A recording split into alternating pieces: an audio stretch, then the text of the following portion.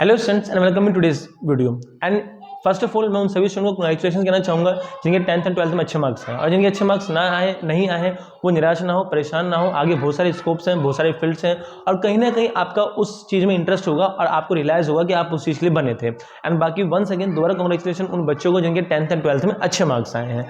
तो आज की वीडियो बेसिकली मैं क्यों बना रहा हूँ, तो आज की वीडियो में आपको मोटिवेट करने के लिए नहीं बना रहा, या फिर आज की वीडियो में आपको ये बताने के लिए नहीं बना रहा कि आपके पास 10th के बाद या 12th के बाद क्या क्या स्कोप है, आप क्या कर सकते हो। बल्कि आज की वीडियो में इसलिए बना रहा हूँ कि आप 10th और 12th के बाद जिस भी स्कोप में जाओगे, जो भी स्कोप चुनोगे, जो भी फील्ड चुनोगे, उन फील्ड को चुनते वक्त आपको किन किन बातों का ध्यान रखना है, किस किस चीज़ों पे कंसंट्रेशन करना है। अक्सर क्या होता है, बच्चे 10th का एग्जाम देने से पहले वो सोचते हैं कि वो आर्ट्स लेंगे या कॉमर्स लेंगे, लेकिन जब 10th में उनके 90% आते हैं, 91% आते हैं, अच्छे मार्क्स आ जाते हैं क्योंकि पढ़ते हैं, तो वो अपने डिसीजन को चेंज कर देते हैं और वो बोलते हैं मेरे अच्छे मार्क्स आए, चलो मैं साइंस ले लेता हूँ। या माँ बाप बोलते हैं तेरे तो अच्छे मार्क्स आए तो साइंस ले ले, और वो साइंस चले जाते हैं, जो उसमें अपना होश खो देते हैं और अच्छे मार्क्स देके साइंस ले जाते हैं। हालांकि उनका इंटरेस्ट आर्ट्स में था और उनको भी लगता है कि नहीं, उनके अंदर कहीं पे आइंस्टाइन छुपा हुआ है जो उनको जिनकी वजह से उनके 90% आ गए, और वो साइंस लेने पहुंच जाते हैं। और जब साइंस लेते हैं 11th में, तब जाकर उनको एहसास होता है कि वो क्या कर रहे हैं, बहुत बड़ी गलती कर रहे हैं। और सिमिलरली सेम चीज़ आपके साथ होता है 12th के स्टूडेंट के साथ। 12th के बाद क्योंकि बहुत सारे स्कोप्स होते हैं, 10th के बाद तो फिर भी आर्ट्स कॉमर्स साइंस ही होता है, लेकिन 12th के बाद बहुत सारे स्कोप्स होते हैं। You have many scopes after 12th कि आप चाहे तो ग्रेजुएशन तो करेंगे। ग्रेजुएशन के साथ साथ आप जनरल कंपटीशन की तैयारी कर सकते हैं, सिविल सर्विस की तैयारी कर सकते हैं, JEE, NEET,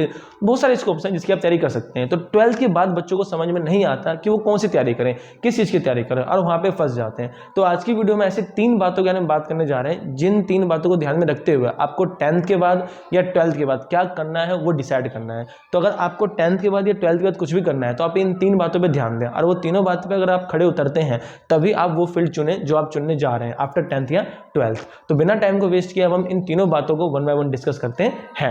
let's see. Number 1, सबसे पहला जो फैक्टर आता है वो आता है आपके पास टाइम। ठीक है, देखो एक चीज मैं आपको बता दूं, आप 10th के बाद कोई भी फील्ड चूज करो या फिर 12th के बाद आप किसी भी स्कोप में जाओ, कुछ भी कोर्स करो, चाहे आप सिविल सर्विस की तैयारी करो, जेई, नीट, आईटीआई, आईआईटी में, या फिर आप जनरल कंपटीशन, या फिर कुछ भी करो, हर एक चीज आपको ध्यान रखना है कि हर एक फील्ड में टाइम की रिक्वायरमेंट अलग अलग होती है। हर एक जगह पे आपको सेम टाइम नहीं चाहिए। फॉर एग्जाम्पल मान लो सिविल सर्विस एग्जामिनेशन है, उसके लिए पहले आपको ग्रेजुएशन करना पड़ेगा, लेकिन तैयारी आप पहले से कर सकते हो, 12th के बाद से आप तैयारी कर सकते हो, लेकिन उसके जो एग्जाम्स होते हैं ग्रेजुएशन के बाद ही होते हैं। उसमें एज लिमिट क्या है, उसकी क्वालिफिकेशन क्या है, उसमें कितना टाइम लगेगा, ये आपको ध्यान रखना है। सिमिलरली सीए है, सीए में 3 साल लगते हैं, अगर आप 12th की बात करते हो तो 3 साल, और ग्रेजुएशन की बात कर सकते हो 2 साल। ठीक है, इसी तरह से अलग अलग फील्ड्स के अंदर टाइम की रिक्वायरमेंट अलग अलग होती है। कहीं जगह पे आप मेहनत करोगे तो आपको 1 साल में भी निकल जाएगा, और कहीं कहीं जगह पे कोर्स, जैसे अगर आप लॉ का कोर्स करते हो तो उसके लिए आपको 5 साल चाहिए। ठीक है, लॉ के कोर्स के लिए आपको 5 साल चाहिए, डॉक्टर के कोर्स के लिए आपको 7-8 साल चाहिए।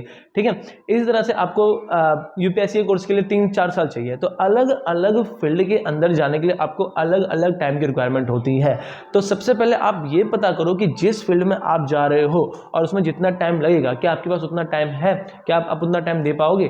टाइम इन द सेंस का मतलब ये है कि study in our in study, कि आप उस फील्ड में जाने के लिए जितना घंटा डेली पढ़ाई करना पड़ेगा, क्या आप उतने घंटे डेली पढ़ाई कर सकते हो, आपके पास इतना टाइम है। बच्चे जो उसमें तैयारी तो चालू कर देते हैं, सीए की तैयारी चालू कर देते हैं, वो अपने आईआईटी करने की, जेई करने की, नीट करने की, इंजीनियर बनने की, डॉक्टर बनने की, लेकिन उसमें जो स्टडी चाहिए, जो हार्डवर्क चाहिए, जो डेली की डेली स्टडी चाहिए, क्या वो स्टडी आप कर पाओगे। डेली 10-10 घंटा, 12 घंटे, 18 घंटे बैठ के स्टडी करना है, क्या वो स्टडी आप कर पाओगे। तो पहला क्वेश्चन अपने आप से आप ये पूछो, अगर आपको लगता है कि जिस फील्ड में आप जा रहे हो उस फील्ड में जितना टाइम चाहिए, जितने साल चाहिए, आप उतना साल दे पाओगे, और प्लस में जितना डेली उसमें स्टडी करना है, जितना आवर, उतना आवर आप स्टडी कर सकते हो, और आपको लगता है कि हाँ आप कर सकते हो, तो आप उस फील्ड के अंदर जाओ, वरना आप खतरा मत लो। पहला। दूसरा फैक्टर देखते हैं, दूसरा फैक्टर है मनी, एक्सपेंस, पैसा। देखो ये चीज़ ट्रू है कि आज के टाइम में बिना पैसे कुछ नहीं होता। किसी भी फील्ड में आप जाओ, किसी फील्ड में, हर एक फील्ड के अंदर पैसा लगता ही है, चाहे वो कॉलेज से करो, किसी इंस्टीट्यूशन से करो, या सेल्फ करो, या ऑनलाइन कोर्सेज खरीदो, हर एक चीज़ में पैसा लगता ही है। तो आप ये देखो, जो भी फील्ड आपने चूज़ किया है और जो भी फील्ड आपको करना है, उस फील्ड में जितना खर्चा लगेगा, जितना एक्सपेंस लगेगा, जितना पैसे आपको पे करने पड़ेंगे, क्या उतने पैसे आप बियर कर सकते हो। क्या आपकी फैमिली की इकोनॉमिकल कंडीशन या आपकी इकोनॉमिकल कंडीशन इतनी सपोर्टिव है, इतनी बेटर है कि उतना पैसा खर्च किया जा सके। जैसे एग्जांपल सीए में लाखों रुपए लग जाते हैं। यूपीएससी की तैयारी बच्चे घर बैठे होम स्टडी करके भी क्रैक कर लेते हैं, ऑनलाइन क्लास भी कर लेते हैं, या फिर बड़े बड़े कोचिंग भी लेते हैं जहाँ 40-50 हज़ार रुपये लगते हैं, तो वहाँ भी कर सकते हैं। इसी तरह से हर एक कोर्स में जो अमाउंट होता है, रिक्वायरमेंट होता है, वो अलग अलग होता है। ठीक है, मेरी बात समझ रहे हो मैं क्या कह रहा हूँ कि हर एक फील्ड के अंदर जो आप चूज कर रहे हो उसमें अमाउंट अलग लगता है और उसमें जितना खर्चा लगने वाला है टोटल, क्या वो पूरा खर्चा आप कर सकते हो?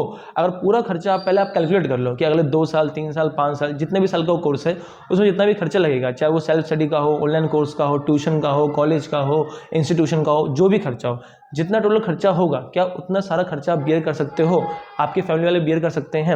अगर खर्चा बियर कर सकते हैं तो आप करो, वरना मत करो। क्योंकि अक्सर ऐसा होता है कि बच्चों को लगता है हाँ वो कर सकते हैं और वो चालू कर देते हैं, और जब 1-1.5 साल बीत जाता है और खर्चे पे खर्चे होने लगते हैं तब उनको एहसास होता है कि इतना खर्चा तो वो बियर कर ही नहीं सकते हैं, तो वो कोर्स को ड्रॉप कर देते हैं। तो ना तो वो इधर के रहे ना तो वो उधर के रहे। तो दूसरी इंपॉर्टेंट चीज़ जो है वो है मनी, उसकी फीस, उसमें एक्सपेंस, उसमें खर्चा कितना लग रहा है, ये आपको ध्यान रखना है। तीसरा फैक्टर जो आता है वो आता है हार्ड वर्क, डेडिकेशन, मेहनत, लगन। ठीक है, जिस भी फील्ड को आप चूज कर रहे हो, देखो एक चीज मैं आपको बता दूं, हर एक फील्ड में टाइम की रिक्वायरमेंट अलग होती है, हर एक फील्ड में खर्चा अलग होता है, और सिमिलरली हर एक फील्ड के अंदर जो डेडिकेशन चाहिए होता है, जो स्टडी चाहिए होता है, जो हार्डवर्क चाहिए होता है, वो अलग होता है।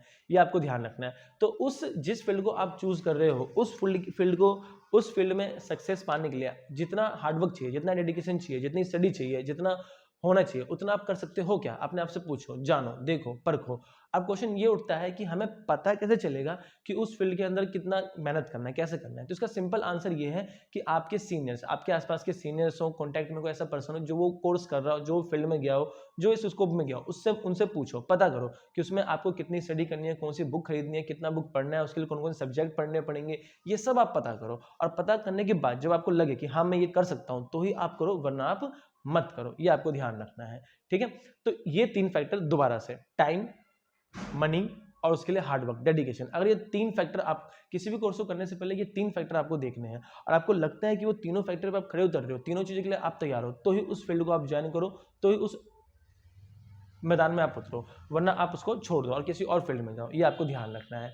और फोर्थ फैक्टर बोनस में ले जाओ कि जो भी कोर्स आप करने जा रहे हो, जो भी फील्ड में आप जा रहे हो, उसके जितने भी नॉलेज हो, एक्सपीरियंस हो, फेलियर हो, बुक्स हो, उन सब का पता अपने सीनियर से जरूर करो। उनसे पूछो कि इसके लिए क्या क्या करना है, कैसे करना है, कितनी स्टडी, कितना पैसा, कितना खर्च, कितना टाइम, सब कुछ आप अपने सीनियर से पता करो। और जब ये सारी चीज़ें हो जाए और आपको लगे कि हाँ मैं ये कर सकता हूँ, then you should go in that field. ये आपको ध्यान रखना है।